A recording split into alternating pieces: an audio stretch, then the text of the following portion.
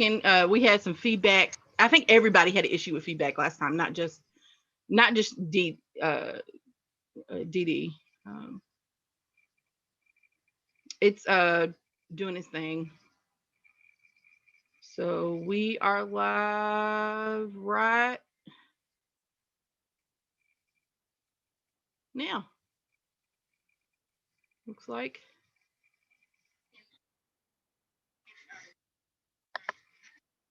Okay. Can everybody hear me? We're good? Okay. Good. So we are officially live. Hey, what's going on, everybody? So we'll just give everybody a few minutes to come on in. It's good to see you. So today we're going to have a panel discussion again. And so I've invited some people to come along on this journey with me. And so before we get started with that though, let me just make sure I can, okay, yeah, I can see everybody. And then I'm going to let the panel introduce themselves, but let me set this up just a bit. So if you have not already viewed the first panel discussion, first ever, okay, on the channel, please go back and watch that because we had so much fun. And you may see one familiar face from that panel. Dee Dee's Pharmacy is on here with us today. She's going to help me kind of moderate. And if you all have any questions, and you post those in the chat, she's going to help me catch those. Okay. But the panel today is made up of a bunch of my white allies. Okay. People that I really consider friends in the fight and have grown and developed relationships with even outside of our work together. But all of these people have some things in common. So we're all a part of the Urban Ag Coalition here in Louisville, Kentucky. And so a few things that are on our agenda, they may bring up, but we are tackling things like policy changes that pertain to access to land by way of utilizing vacant lots for agricultural use. We are, hey, what's going on? We are, somebody just texted me. It was like, I'm watching, but I'm not going to chat. Okay, great. Thank you so much. It's good to see you. Um, things like y'all help me out. What are some of the things that we're talking about? I went blank for a minute. In our policy groups. Land access, Yes. water access, Ownership. working on. Land ownership, yes. Yeah. Because everybody doesn't want to lease or rent land, okay? We're And sorry. go ahead. Well, Letitia brought up that I think most of us are involved in this conversation about the very sexy land development code in Louisville and trying to understand 700 pages of stuff that has an enormously racist historical roots. Exactly. Yes. So the land development code, y'all have heard me talk about that a little bit. And we are trying to make it sexy again because it needs to be, right? It has everything to do with everything. And because letting developers run over your city is not sexy. Yeah. Land developers running over your city is not sexy. And just, a city that pronounces or promotes their willingness to listen to the public, well, we just need to make sure that you're doing that. So holding them accountable to that is one of those fights, that we do have a voice, and there are people here that are concerned, have an idea of what they want their home, their community to look like, their neighborhoods. And so you need to listen to that, right? And not just enforce what you want to enforce or not, and do what you want to do. So there's all kinds of things that we're involved in. But come on in. Yep. Hold on, I got another text. She's like, you ain't got to call me out like that. I'm not calling you out, girl. I love you. But it's good to see you, though. Seriously, it is. So let me go ahead and, okay, we live now. Here's another one. It's funny how they just text me, right? Got a few people that are keeping up with me. And a lot of people have emailed about the second panel. So I really hope people can hop on and join because they're really interested to see what's next. So no pressure, guys, at all. But let's see if we can get some more people in the room. How are things going? Tell me real quick, everybody just go around and introduce themselves. And then tell me a little bit. Ooh, I have a question for y'all. If y'all could eat one color, what would it be? And why?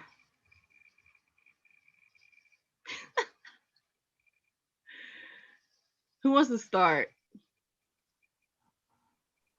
Introduce yourself and then answer the question. We all Okay. started. Hi, I'm Amanda Fuller. If I could eat a color, probably red would be the most delicious color. I'm just guessing. Or purple. Purple would also probably be a delicious color to eat. What makes it delicious? Oh, because it's got all the like sugar and vitamins and like fruit good stuff in there. Probably sweet. I don't know. Should I just go ahead and introduce a little more of why? Yeah, tell us what you do. Who are you? The reason I'm here really is because I'm just kind of a what's the word? Obsessive grower of things. And when I moved to Louisville 10 or 11 years ago now, one of the first things that I noticed about the city is how much land we have that's not being used. And that was on my mind for, the first several years I lived here. We'd go riding by our bikes past all the vacant lots in the city and be like, farm it, farm it, farm it, farm it. So then in 2013, I did go and buy a land bank parcel from the city to start my own market garden and orchard. So that is how I've gotten more involved in urban agriculture as an advocate. And I'm sure we'll talk a lot about that, but that project is called Lots of Food. It's in the Portland neighborhood. Dope. Okay. And people in Portland neighborhood in Kentucky, the city that we live in. But yeah, I love your story. And I think we were actually you're the first person I actually met and engaged with from Urban Ag Coalition, Amanda. And I got to go on your property where you have all these beautiful trees and snakes. So I was quickly to go out of there after she mentioned, oh yeah, I got some little buddies. I was like, oh no, I'm out. Cause I would highly recommend anybody like mining Letitia's YouTube channel for the videos of when she came to visit me at Lots of Food. There's 2 videos. Yes. They are precious because there's footage of her at the mention. And then there's like some fast moving video of her. I straight showed my feet, honey. They were moving. And I don't move that fast or run for nobody, okay? But when she told me she had them little friends, I was like, oh, I got to get out of here. Yeah, but it was beautiful and gorgeous. This big. Too big for me. Too big. I need them to be this big, like nada. Okay. I get there, like I get it, y'all. Like, right, but yeah. I don't want to be around them. I had a snake run over my feet one time when I was 10 years old. And I was in the backyard. I was in the country, okay? And honey. And when this snake ran past my foot, luckily he just kept going. But it scared me to death. And then my grandparents own a farm. They have about 60 plus acres in Metcalfe County. And they also have a pay lake on that property. And we was at the lake having some lunch. Granddaddy fired up the grill, went to throw my plate away. They have barrels around the lake, right? So that's how they burn their trash in these barrels. And I went to go throw it away. And there, right at the barrel, was a snake coiled up like he was going to strike. So like I had my experiences. That's all I'm saying. And I just can't get over that. Like every time I think of a snake, I see that snake, and he never striked or whatever. I just turned around and walked off briskly. And I told my grandfather, and he went and got a shotgun and shot it. It was a water moccasin. They're poisonous. But he was like, they were hot. He just came out to cool off. And I was like, he just said it so casually. And I was like, oh my gosh, he could have bit me, you know. And it only took one shot. My grandfather was amazing at what he did, period. Hunting, everything he did was just incredible. He's passed on now. He's it's been about 5 years since he passed. So but incredible creature himself. Okay, Abby, you want to go next? Sure. I'm Abby Rudolph. I'm a student right now at U of L, University of Louisville, working towards my PhD in urban and public affairs. I'm focused on urban agriculture and particularly land access in Louisville. And kind of the way I approach my studies is that it's in support of my activism, and that's not always popular, but I find the professors that are into it and we work together. So I take kind of a participatory approach to research, and I'm just really glad that I get to, you know, work with and learn from all of you all as I have 4 years to just delve into as much knowledge gaining and resource gaining and sharing as I can. And I think if I had to eat one color, I was thinking of like more literally, like if I only could eat one color forever, you know, and I would have, this is like not what a gardener should say, but I would choose white because I want potatoes and starch. I want pasta. I have to have that bread, some white cheese. So anyway, that would be my really unhealthy life. Oh my gosh, when you said white cheese, I automatically thought about Mexican cheese. I could just all day, every day with some tortilla chips. Isaac and I were talking about food before we got started. I was trying not to get hungry and crazy while we on here, because y'all don't want to see me stuff my face for real. It's bad and it's ugly. I was gonna say, I hope this isn't too suggestive, but I told Letitia I was peeling a grapefruit and that y'all don't want to watch me eat it. But if I had to eat something, I'd eat this color, pink, just because I'm going to when this call is over. Go ahead and introduce yourself, Isaac. My name's Isaac Fossil Van Wyk. I never know what to say in these things. My job is I work with a puppetry company in Louisville, and I'm also identified primarily as an artist. I'm a songwriter and a singer. But I've always been, I've been passionate through my adult life about urban agriculture. I just moved back to my old new hometown of Louisville just before the pandemic started. I kind of cut my teeth doing urban gardening stuff with a mentor of mine named Seneca Kern in Chicago, who is an amazing, inspiring person. And yeah, what else is there to say? What brings me here? Yeah, so I did introduce all of you all as part of the Urban Ag Coalition. So right. What does puppeteering have to do with that, or does it? Well, so just a little plug. Right now, we're working on a puppet show, which is a sort of a strange, interesting legacy of my mother wrote the biography of an amazing Louisville civil rights activist named Ann Braden, and we're making a show about Ann Braden's life, but especially about the story that sort of brought her into the movement. In 1954, she and her husband, Carl, bought a house. They were approached by friends of theirs who were Black and couldn't buy the house that they wanted to buy, and so Ann and Carl bought the house with their money and then gave them and deeded the house over to them. And that unraveled this huge problem that became this really kind of insane story. It's too long to tell here, but we're making a show about it, and I'll probably reference it again because I'm deep in the Ann Braden biography right now. So that is so dope, because the city where that happened, inside of our big city, right, is where I live. Yeah. And Shiloh. And yeah. Yep. And I've actually shared, we were actually talking about that yesterday with a group of people.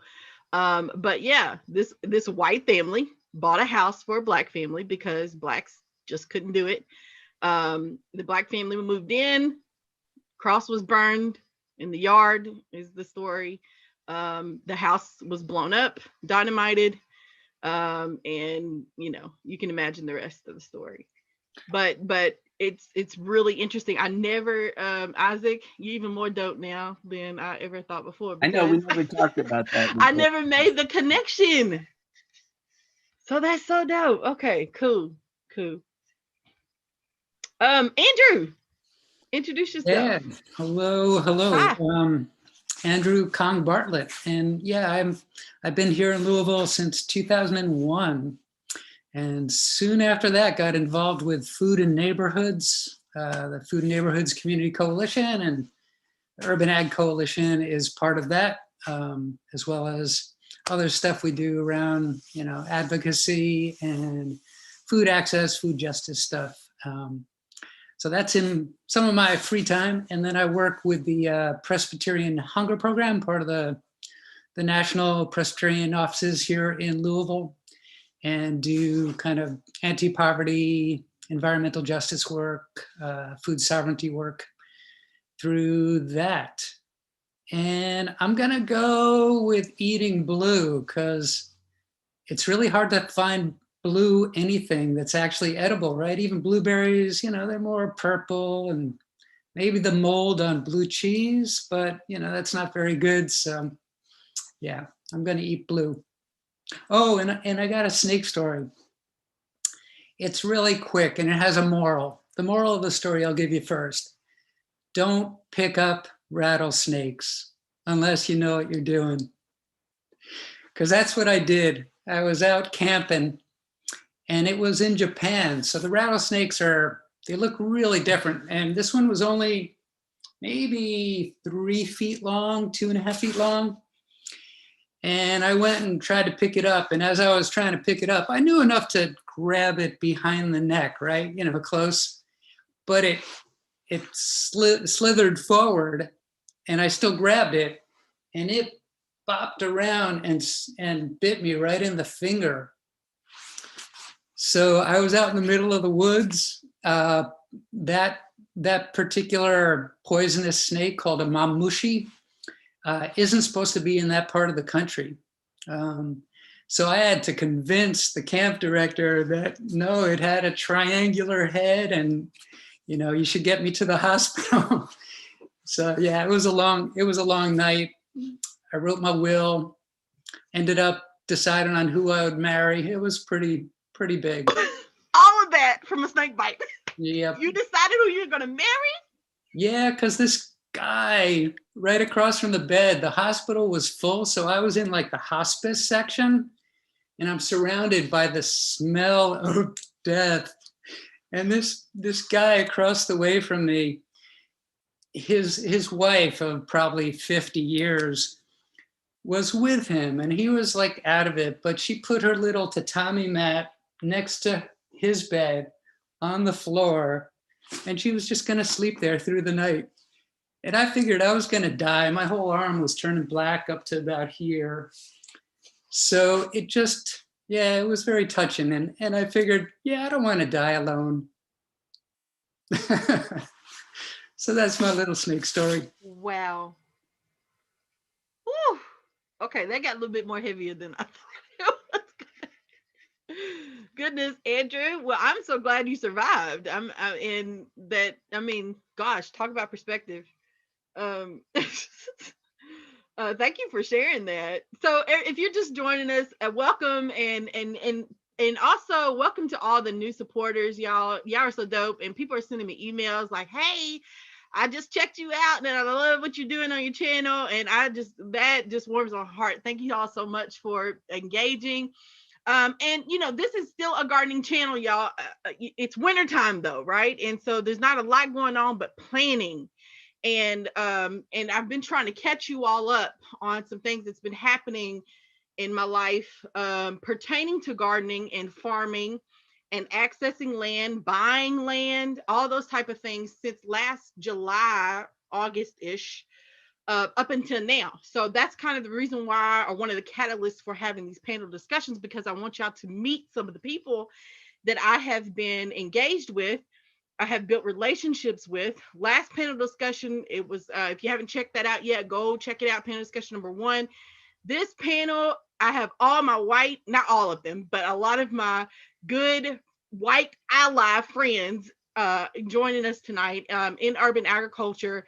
We're all a part of the Urban Ag Coalition here in Louisville, Kentucky. And so we're all working together to deal with some of these issues, specifically around policy, land access, land ownership, purchasing vacant lots from the city. And it does link back to, it does have a lot to do with my white allies advocating for Black and brown people to have access. But it's more than that, okay? It's there's a bigger picture, but it is one of the things that we're trying to tackle. So I've invited them to join me today just to have a discussion about what it really means to be an ally to the Black and brown communities. Do they feel like their privilege, okay, is working, is helping? Because I've heard yes, and then I've heard I don't know, and then I've heard that maybe not enough, right? And so I kind of want them to talk more about what that means to them. Also, I've asked them, you know, to share anything that they know about land use, land trusts, what those things, those technical things are that we can all use to our advantage, to, you know, create more green spaces, relationships, food access, creating other food systems, okay, in our communities, because clearly sometimes the people in leadership, the powers that be, clearly make things really hard, okay, specifically for those neighborhoods and folks that live in food deserts. And I live in a food desert. So all of this, we hope to kind of tackle in the next, 45 minutes or so. We're going to be done by 2-ish. So we're not going to be on here very long after this. But anybody want to start? Anybody want to start with sharing anything that I've mentioned? I'll say that in preparation for this, it kind of stimulated me to start getting all of the research that I've been doing on land trusts in one place that's accessible. So I shared it in our Zoom chat, but this is a Google folder that has just a bunch of resources about land trusts. And probably that means we should talk about land trusts and talk about what they are. But that is like a place that I've been collecting resources, and many of us have started collecting resources on. And basically there are 2 main types of land trusts. There's conservation land trusts that preserve green space, farmland, ecological areas. And then there's community land trusts that tend to be neighborhood specific, governed by residents of the neighborhood, often really directed at affordable housing, keeping housing affordable for generation to generation. And so those are kind of big picture things that we've started looking at, because in Louisville, we don't really have a system like that. And for as big of a city as Louisville is, maybe we should have one. So I don't know if other people want to speak to that or if we want to backtrack, but I did put those resources in the chat. Thank you for sharing that. And is it specific to our city, or is just like a accumulation of things around the world? It's US specific. Okay. So it's some background, just like this is what a land trust is. Okay. A few sources on that. Then there's some specific ones, and some specific ones that like address urban agriculture, kind of collected in a list. And then there's some that are specific to protecting like Black land in particular. Perfect. And like, yeah, so a mix of specific kind of examples and then also like overview stuff. And then, okay. Yeah. I'll post that link, you all, in the description after this video uploads on YouTube. Okay. Cool. Great. Anybody else want to add to her description of land trust, what it is, how it works, what your work is right now in relation to that? Maybe it would be helpful just to back up a little bit into the history of land trusts. From what I understand, they really started in the Deep South in Georgia. In particular, a couple, Charles and Shirley Sherrod, had what they called the New Communities, and it was kind of a movement of Black farmers forming land trusts to own the land collectively. And it's kind of especially interesting right now because Shirley Sherrod was appointed as the Georgia Secretary for the U.S. Department of Agriculture in the Obama administration. Okay, and she was in there for some months. She did a speech at the some NAACP conference, and Breitbart took her comments out of context, which was basically, she was talking about the need to address personal discrimination. But they took her comments out of context. Breitbart blew it up. Tom Vilsack, who was the USDA secretary at the time, basically fired her. Obama didn't stick up for her. He must have gone along with it. She got fired from that post, and she was like the first African American woman to hold that position. So it was a huge deal back, I don't know, it must have been in, I don't know, somewhere around 2009, just a guess.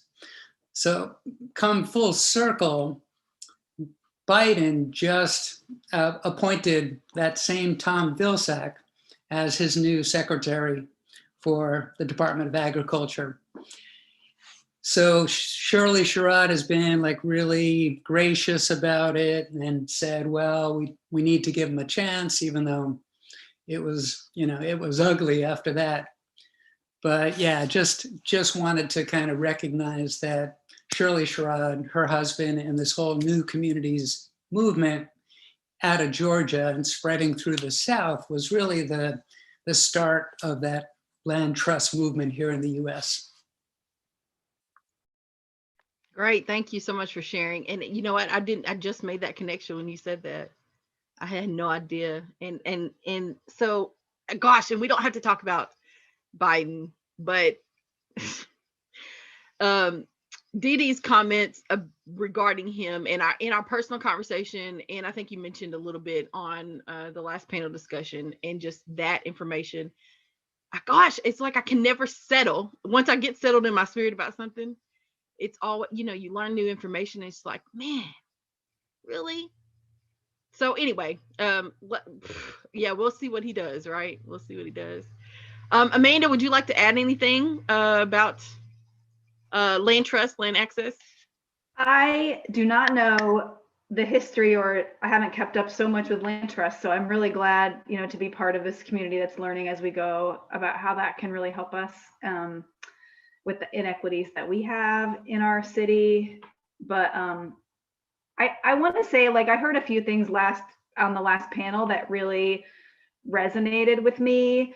I heard a lot of great things in that panel, but I heard people say, first of all, we shouldn't need allies, which was very profound to me. Like, I think we all want to live in a world where we have, everybody has access and can advocate for themselves, right?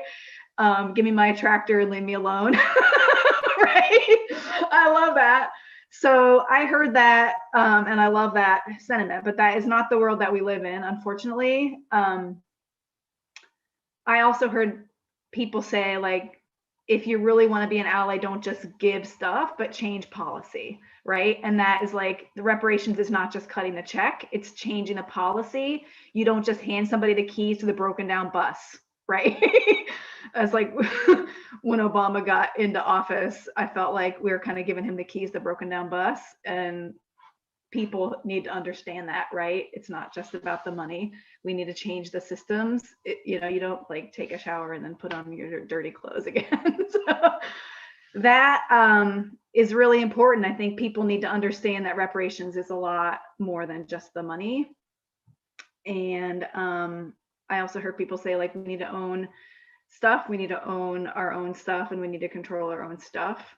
And for me, like, you know, because I had this opportunity to buy the land and do my own little project, I sort of thought by doing that other people would see that that was possible, and that then other people would start asking to buy the land, and then they would just start selling the land to more people. And maybe the reason nobody had ever gotten land before from the city was because nobody had asked. And so I thought I would just test that by asking, and then I ended up getting it, and I was like, well, this is good. There's a way that people can get land. And then came to realize, you know, I guess I still had some trust in my public my government at that point, and I was not as jaded as I am now about my city government. But, you know, came to realize in working and talking to people that, like, that isn't really the way that it works, and there are still all these obstacles.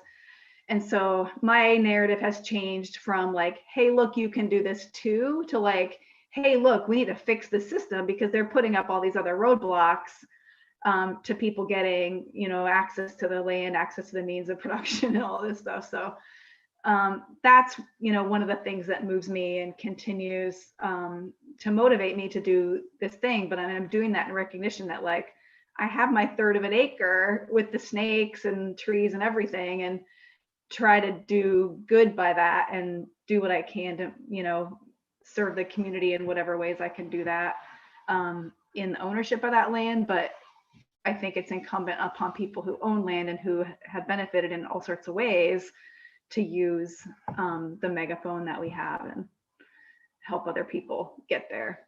And it's never enough, and it's not fast enough.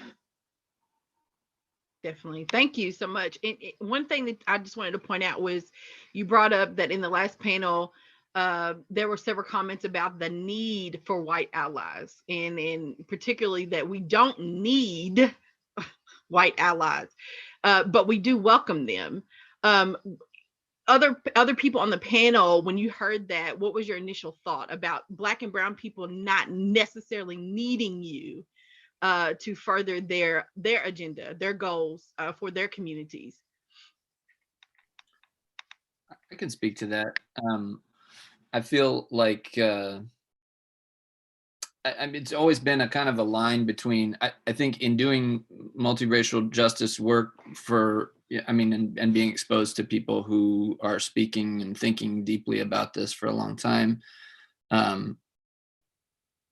You know, I hear very often, and I want to continue to support Black-led movements, Black-led businesses that are not at all, that have no ambition of interacting with or serving the non-Black community, and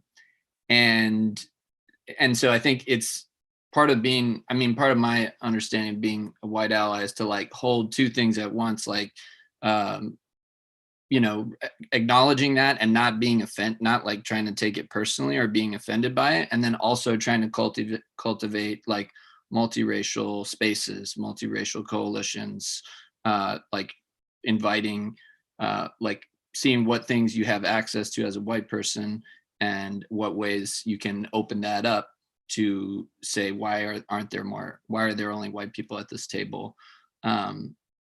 I don't know. I feel like that's a stumbling block for a lot of white people, is it's like, oh, like I heard one Black person say they didn't want any white people around, and it's like, that's okay. They can say that. Like, I don't know. I mean, but that also doesn't mean don't join the fight. I guess that, yeah. So it seems like you can have, I don't know, both of those things can exist at the same time.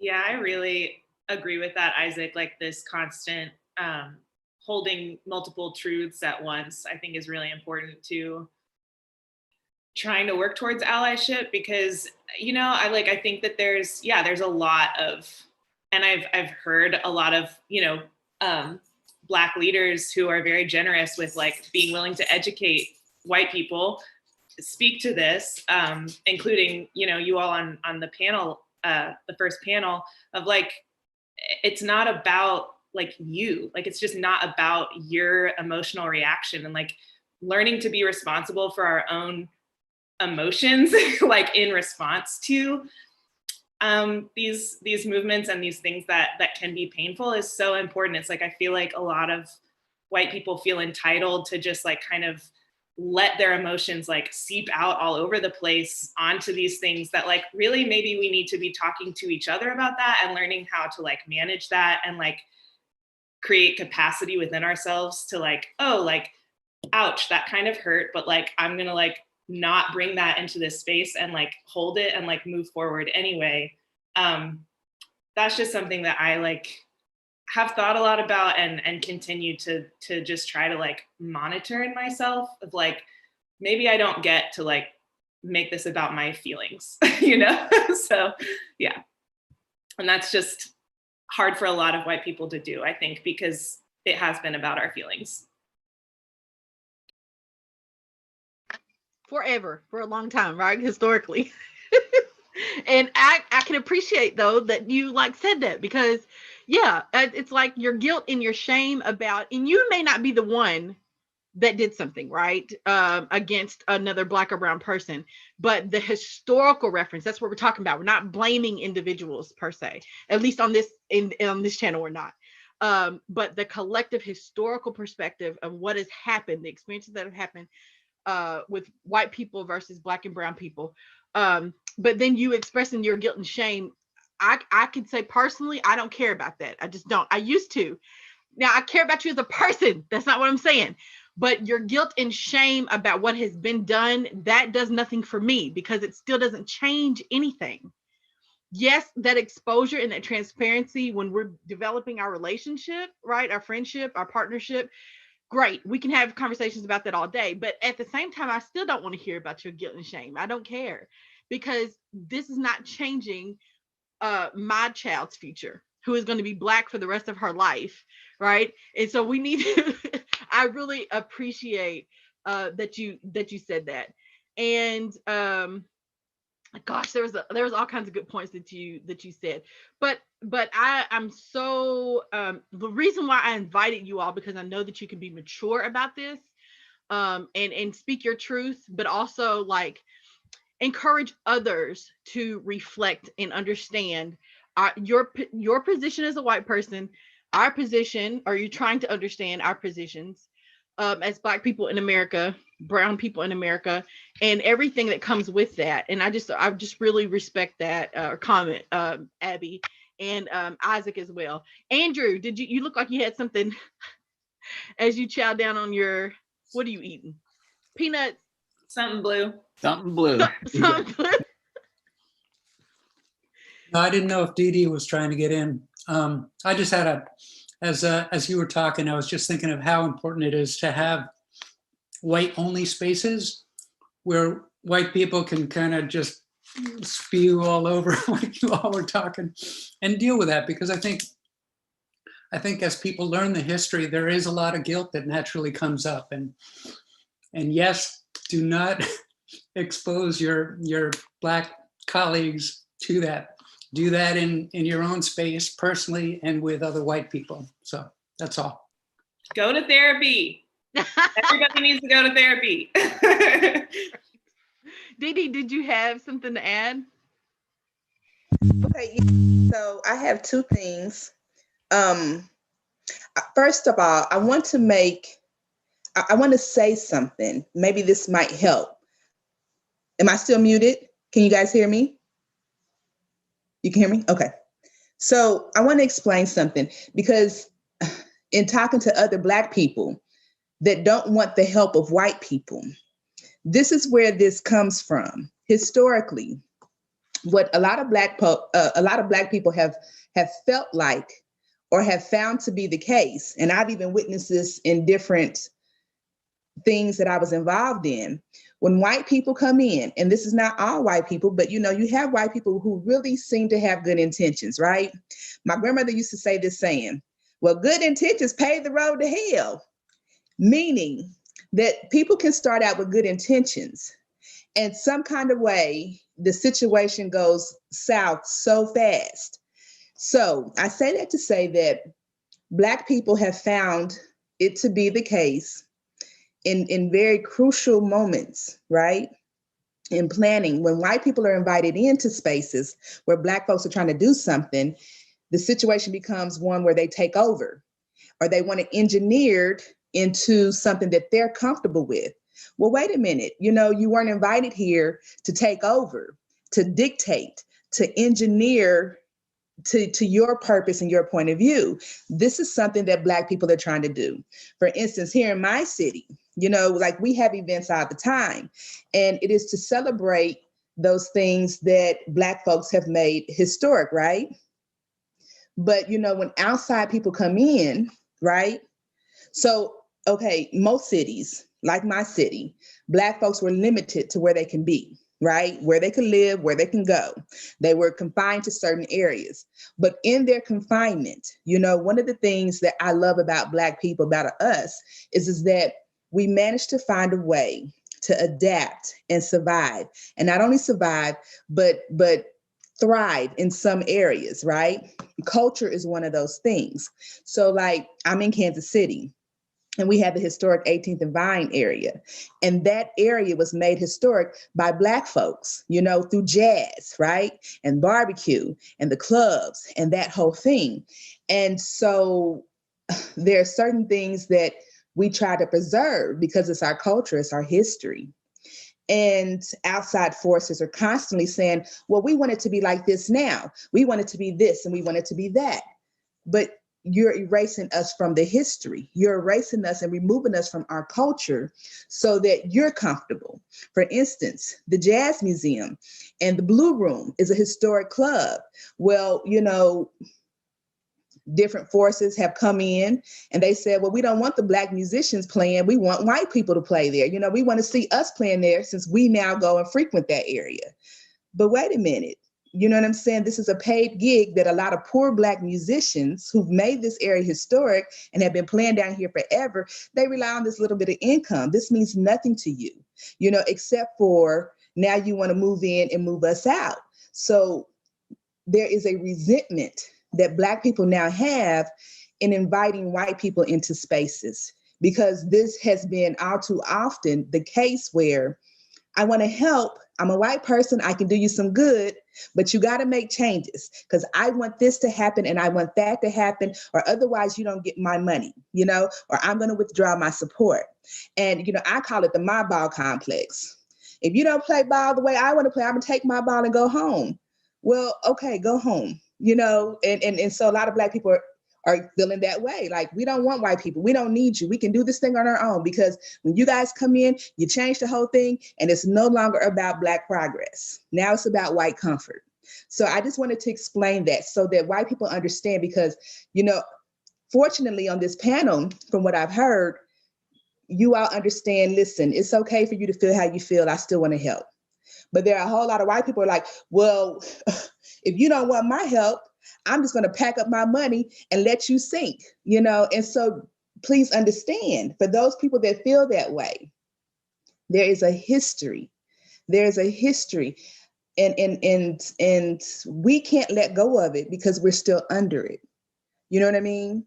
And so some of us, like myself, I'll be the first one to say we need white allies. I recognize the fact that as a group, we need white people. Not all white people are good. Not all white people are bad. And some people toe the line between good and bad. However, if you can do some good, right, then we need that, because again, there are spaces as a woman that I will never be invited to. But I got something to say that needs to be said in that space. So if you are that man that can get into that space and say this for me and advocate, not just for me, but for my group, because as a group, Black Americans here in this country, according to the Federal Reserve data, we're being pushed off of a cliff. We're locked out. And of all the people who should have access, 401 years and growing, we should have access, but we don't. So we need white allies. But some people, they're like, I don't care what I need. No white people are welcome in my space because it's not a safe space for me. So just understand, please don't take it personal when Black people feel like that. Just know that that's coming from a place of knowing history and experiences, right? It's a trauma. And so to protect themselves, they're saying, no white people in my space. I don't care. I don't care what I need. I'll go without if I had to deal with white people, because it's been a traumatic experience. And a lot of times, not just for that individual, but also for people around them, people in their family. So Yeah. I wanted Yeah, to say perfect. that. Perfectly said. Yeah. And then- And again, I don't speak on behalf of all Black people, and neither does DD. But it is a collective understanding, right? That I mean, I've talked to enough Black people and I will agree. Okay, that yeah, she hit the nail on the head there. So, Isaac, you had your hand up. You're unmute yourself. Dee Dee, were you done talking? Well, I wanted to ask a question to the panel. Oh, okay. Okay, I just wanted to jump in and say, okay, firstly, not everything can be solved by listening to podcasts. That's my disclaimer. But I put 3 different things in there, and one of them is really relevant to what Dee Dee was just talking about. There's this amazing short podcast series from the New York Times called Nice White Parents, which is about it's a white woman's investigation of the school that she's trying to get her kids to go to in New York City, and the history of white parents sort of taking over PTAs, and like when a school, there's like a tipping point when a certain amount of the population is white, then all this money comes in, and anyway, it's really depressing, but it's very humbling to me. It was humbling to me. Is it like such a basic distinction, sort of embarrassing, but it's really reminded me of what you were saying, Dee Dee, about what's happening in Kansas City with jazz. Like, I mean, it's I think any white person who wouldn't admit this just doesn't know, or or whatever. But like, I love Black culture. I love Black music. I love Black literature. There's nothing that I love in America that hasn't been basically stolen from or originated by Black people. And at the same time, my desire to have Black friends, to be engaged with Black culture in any kind of way, whether it's in sort of from an outsider or insider, perspective, that's so different from people wanting equality. You know what I'm saying? Like like from a privileged perspective, it's like diversity, like there's all this stuff now, don't get me started, but like, every grant I've had to write now in the last 2 months is like, what's your diversity, equity, and inclusion policy of your stupid nonprofit? I mean, I'm glad that we're talking about that now, but diversity means something so different to white people. It's like, I want like some cool spices. It's like, that's not what it's about. I don't want to speak for y'all, but that's not what it's about for Black people. It's like, we just want anything close to what everybody else has got. And that's not the same thing, So anyway, that's the Nice White Parents podcast. And just a real quick plug, because the other ones were related to what some of the history Andrew was sharing. There's a really beautiful one from Reveal about it's about a specific case of a Black farmer, a pig farmer in I think it's in North Carolina. Anyway, yeah, I read that. Yeah, it's good. Yeah. It's especially, I would say it's interesting for everybody, but I would highly recommend these to your white subscribers and supporters to educate yourselves about the experience that people have had to go through. The other one is History of Black Cooperativism. There's this amazing book by Jessica Gordon-Nebhart called Black Cooperativism, and this is just an interview with her. That anyway, I haven't listened to it in a year or two, but I want to listen to it again soon. It's great. Thank you so much, and I will do my best to put all of these links in the description of the video once it's uploaded to YouTube. Any other comments? Anything from the panel? If not, the last question I wanted to ask to kind of wrap things up, if we can get Dee Dee back on, maybe she looks frozen, but what does it mean to truly collaborate with people of color. Then, okay, so we've said, don't bring your guilt and your shame and dump it on them. Okay, don't tell them what they need from you. Okay, because they don't need anything. So what does it really mean from your perspective to collaborate? What does that look like with Black and brown people? I think the hardest thing that we're all struggling with is knowing when to use our privilege and power to be in the front of the pack, so to speak, and make noise and be in a leadership role, and when to step back and let other people lead who really are the leaders that we need right now. And that's the thing that I think is so, it's just like the essence of the problem is knowing where those boundaries are. And we screw up and fail in really big ways, you know, by either doing, like Dee Dee, what you said so eloquently about people being in front when they shouldn't be, but also when we step back at times when we need to be more vocal. We also have plenty of examples in Louisville of both of those kinds of failures. And I was just talking with a friend recently about a really like big one that happened a long time ago, where white people probably should have fought harder and we didn't. And there's still a lot of residual trauma around that, which is another conversation we can have maybe internally, but that's the hardest thing. And I think we're all struggling with that. I would love to hear like how people like think through those moments in their mind. Like sometimes they're like, you know, small things every day, but then there's also like big things, you know, that are public policy related things that we need to do with precision. And that's the struggle for me. Okay, anybody want to respond or add to what she said on the panel? I mean, I would say also like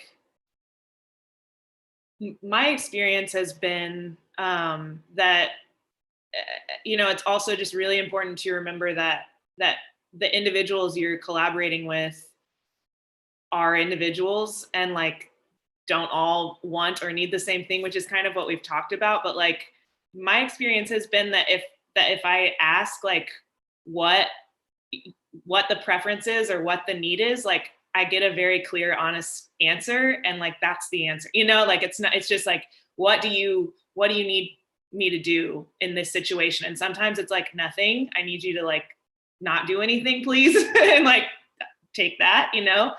Or sometimes it's like, you know, I had someone was like, I need you to call me every 2 weeks because I need like help feeling motivated, because, you know, part of the trauma that I've experienced is they use this great metaphor of like, you know, the metaphor of the elephant who's chained to a chair and thinks that they're stuck and can't move, but actually they could move.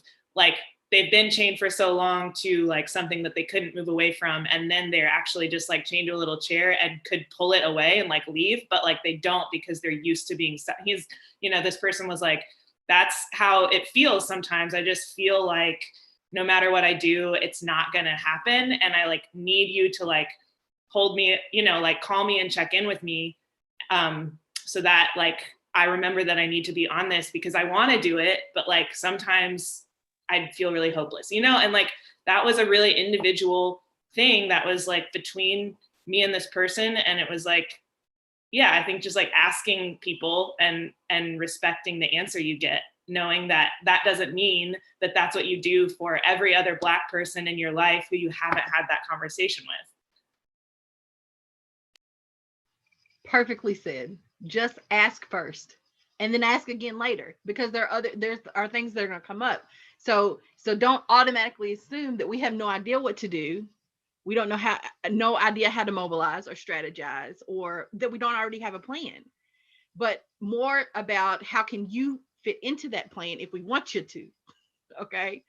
And then like I always tell people, like sometimes I don't know. And that's where you come in, not because you're white, but because you have skill sets, strengths, maybe because you're white sometimes, but you have resources that I don't have, right? I don't have access to. So maybe what you do have is what I need.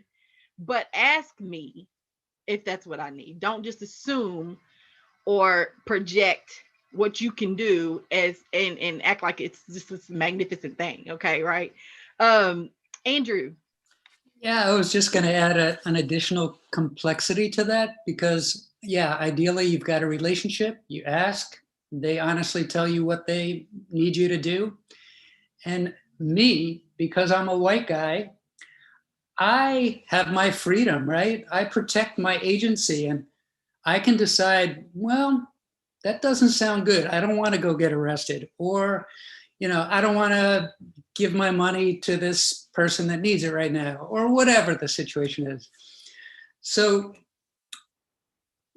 I guess you've got to be willing to do, if you're going to ask, you got to be willing to do what is asked of you. And that sometimes takes a lot for any human with an ego, which most of us unfortunately still have. Any other thoughts from the panel? I see you, Dee Dee, but anybody else on the panel? There's a question, Dee Dee. Yeah, go ahead, Dee Dee. It's from the chat. So I want to share some things that's being said in the chat, if you don't mind. Sure, go ahead. And we got about 2 or 3 more minutes. No problem. So Miss Catherine's Garden is in the chat. Hello to you. So she said it's about treating people how you want to be treated, which is a very basic and simple thing, right? So when you invite yourself in, you treat people that you're trying to help how you would want to be treated in that situation. And so then we have Clausen World, who is saying that Black and brown people are always uncomfortable. We need more whites to see this and understand and react accordingly. So, big shout out to Clausen World for that point, because, in my mind, I'm thinking to myself, why is it so hard, for white folks to feel a little bit of uncomfortableness, and then they just shut down, take their ball and go away. Like we're uncomfortable all the time, like we've been uncomfortable for 401 years and you can't be uncomfortable through a conversation so that we can get beyond something and all of this and build something that is lasting and healthy for everybody here. So, thank you for that, Clausen World. And then I also wanted to say, so in the previous panel, Black and brown, Black and brown, Black and brown. Now I have issue with that, not issue with people needing help, right? Not issue with people needing help, but I don't want to be lump summed in because people have made different contributions. Our contributions have been going on for 401 years. So but I want to know from a panel of white people, when you hear this term about, because Isaac said something, that kind of piqued my antennas.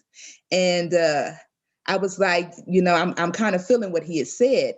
But this thing about diversity, to me, when you say Black and brown or you say diversity, sometimes I've noticed that it's been used to mask Black people, And so, but how do you all feel about this Black and brown coalition, when it comes to saying, okay, we need to address needs, we need to right some wrongs.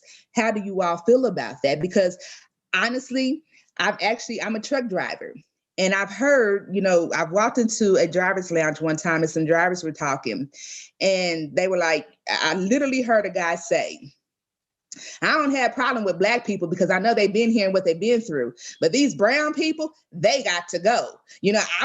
I wouldn't pay reparations to them because they're not owed anything. And so, but the conversation stopped when they realized I came into the driver's lounge. And I was like, well, carry on. But they wouldn't carry on. You know what I'm saying? I said, I'm not a brown person. I'm a Black person. So I'm interested. So I would like to know what you all think about the Black and brown diversity coalition thing that is being pushed out there. Do you see it as a way of masking Black people and burying Black people and helping people over Black people? Or do you just see it as I don't know. I'm curious as to your thoughts about it. And we're gonna wrap up with this one, okay? Because other people have other appointments to go to and things, and I want to respect the panel's time. But that's a great observation, a great question. Anybody want to respond? Everybody can respond. I'll say quickly. Oh, just that I think, you know, it depends on who's wielding the term and in what context. Like I certainly wouldn't like. I don't know. It's really different to me. Like, for example, like being in academia, like when universities claim this like kind of multiculturalism, which I think is very much when big institutions and kind of the status quo claims a multiculturalism, it definitely acts as like this kind of Band-Aid fix that is like, you know, we have people that look different. That's it, you know, and it's a way to not examine structural issues. It's, you know, not systemic issues. And yeah, I think I definitely hear what you're saying about specific histories. I think there's something that's very strange about lumping everyone who's not white together as, you know, non-white, and they somehow are the same. I hear that. I'm going to jump in while Isaac's still muted. It's a huge question, and it's a can of worms. I guess I'm going to just respond in a somewhat different way. And I think what we've been supporting a group called the Korean Worker Justice in Los Angeles with financial grants from our organization. And they were mostly Korean immigrants that were doing the work on behalf of the Korean restaurant workers. And it wasn't until demographics changed, long story there, but basically it wasn't until they formed coalition, formed alliance with the Black restaurant workers as well, that they started making some real progress and victories. And then play that out at a statewide level, the same group called Kiwa, where they spearheaded an alliance to bring together all different races to fight for $15 an hour, the fight for 15. And they won it on a statewide referendum. So I just want to, you know, we've got a history of pitting colors against colors, ethnic groups against ethnic groups. And I think when you said Black-Brown coalition, that's immediately what I went to, is the power of that political configuration to make changes that everyone needs. I thank you for the question, Dee Dee. I think you figured out panel number 3 because I think it deserves its whole hours, several hours of discussion. But I would just say, I mean, yeah, I think that when Letitia first asked me the question about allyship, I like the thing that came to my mind is like, what's the difference between being an ally and being a friend? I think friendship is a pretty underrated relationship in a culture. The American culture is so values, you know, partnership, husband, wives, that kind of thing, romance over friendship. And I know this is kind of getting into a different territory, but I think that like being an ally doesn't require that you be somebody's friend. I think it's very important, especially for white people, to understand how to be an ally with someone who doesn't even want to be friends with you, especially to support in ways that are not going to feed you emotionally. And that's what we were talking about earlier. But I think, anyway, I think it's just a good question to kind of like leave everybody with, is to, I guess by the same token, I want to approach as many of my relationships as I can, even if they're not intimate or, you know, deep relationships yet, from a standpoint of friendship, of like, who is this person as an individual and what do they need? And that has to include how anybody has been influenced by their history and the history of their identity. So that, yeah, I mean, if you're a good friend, you're gonna be asking those questions as well. I'm not sure how that answers the black and brown thing, other than to say that it doesn't feel like always it doesn't feel quite like my decision to, like, I think as a white person, I think other white people need to know the difference between the history of oppression of Black people specifically, as opposed to the idea of like oppressed peoples are all just not white people. You know, there's just like a sort of default, like people who are privileged and people who have been oppressed. Like it's not like that. And I think that the conversation about reparations is an important one to understand the difference of the history. Also the difference in the history of indigenous people of this country. I think those are different kinds of reparations. There's different conversations about it, but there's strength in that coalition building. So I'm trying to support all of it if I can. I don't know. Thank you all so much. And just FYI, there's been several references to this t-shirt that I wore the last panel that said, give me my 40 plus acres and a tractor and leave me alone. If you're interested in purchasing that shirt, just give me a shout out in the comments or email me at barefootgardening@gmail.com. And thank you, A Touch of Flow, for making that shirt. It seems to be a hit and a lot of people are loving it. Thank you, panel. Thank you, Isaac. Thank you, Abby. Thank you, Amanda. Thank you, Andrew. And thank you, Dee Dee, for having my back today with the chat and chiming in. Y'all are incredible, amazing. This is everything that I wanted. I believe this was a success. Thank you so much for sharing. And we are out, y'all. We love you. Thank you all. Stay tuned for the next panel discussion. Don't know when that's going to be. I don't know if I'm going to do another one this month or if we're going to wait till next month. But until then, I love y'all, and get ready, because the season is fast approaching, right? We're already starting to think about what we're going to plant, when we're going to plant, how we're going to plant it. So I'm excited to take that journey with you all as well. Again, if you want to follow up with any of the panelists, I will try to, with their permission, maybe post some contact information, but you can always email me and I can help you get to them. I'll post some of the links that they shared in the description after this video uploads to YouTube. Y'all have a good rest of your